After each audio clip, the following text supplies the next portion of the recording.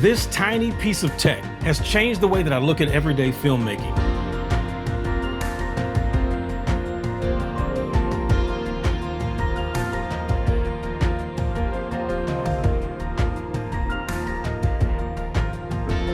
For years, we had to choose between the raw image quality of a mirrorless body or the sheer portability of an action camera. We had to lug around a gimbal with a mirrorless camera on it to be able to get the shots that we wanted, and we still do from time to time. But if we want to be discreet, this may be the best move for you right now. Whether you're a content creator looking for a high return on investment, a one-man band setup, or a seasoned filmmaker needing a discreet B-cam that actually cuts well with professional cinema lines, the DJI Osmo Pocket 3 is a beast. In this video, we're gonna go deep, real-world performance review, the essential pro mode settings you need to lock in immediately, and the exact techniques to get cinematic movement without the dreaded gimbal bounce. But first, do me a favor and hit that subscribe button to stay up on the latest videos that I post.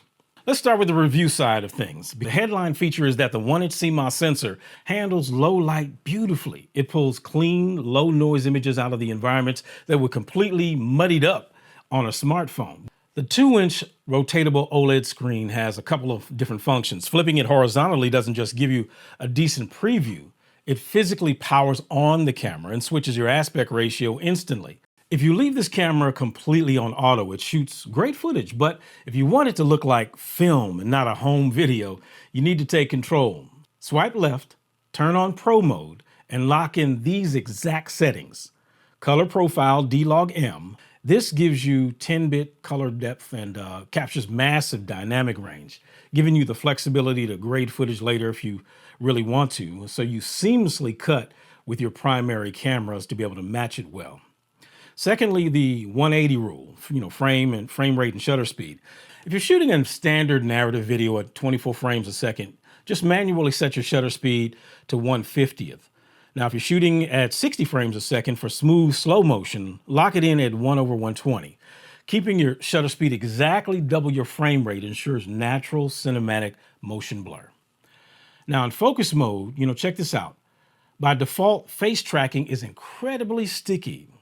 But if you're reviewing gear or showing items to the camera, toggle on Product Showcase. This instantly shifts focus to whatever the object is closest to the lens, then snaps right back to your eyes when you drop it.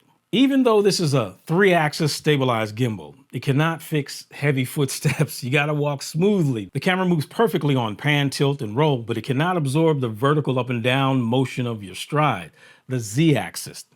To fix this, what you've got to do is practice the gimbal walk or the ninja walk, walking evenly. Flex your knees slightly, heel to toe, and then keep your hands steady. Now let's talk about the Active Track 6.0. If you're a solo creator, this is your virtual camera op.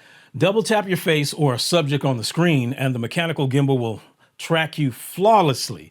Now combine this with dynamic framing, where you use the joystick to offset yourself to the left or to the right, and the camera will maintain that exact rule of thirds composition while tracking you. In another video, we'll talk about some of the DJI mics that pair well with this gimbal. So what's the final verdict? For corporate videographers looking for a low-profile B-roll rig, vloggers wanting high production value, or casual creators who hate lugging heavy gear, it's one of the easiest recommendations I can make. So if you found this setup guide helpful, smash that subscribe button, go ahead and like, and go ahead and hit that bell so you can get notified for next time when we get some videos up and running for you. We appreciate you. I'm Matt Anderson. I'll catch you next time.